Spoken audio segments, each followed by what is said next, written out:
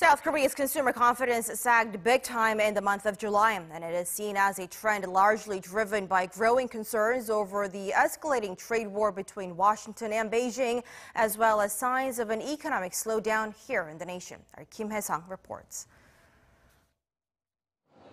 South Korea's consumer sentiment in July fell by the steepest margin in 20 months to record an index score of 101. That's down 4.5 points from June. It's also the lowest figure since April 2017, when the country was rattled by a corruption scandal that eventually brought down the former Park Geun-hye administration.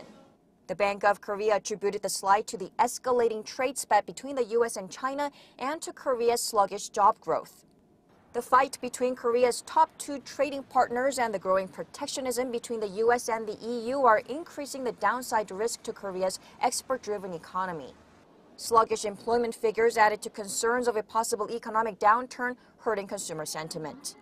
Between January and June, a monthly average of 142,000 new jobs were added, the slowest growth since the 2008 global financial crisis.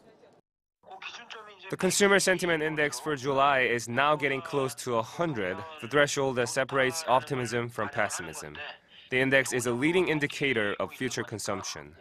The fact that all of its sub-indices fell means domestic consumption in the latter half of this year is likely to slow down.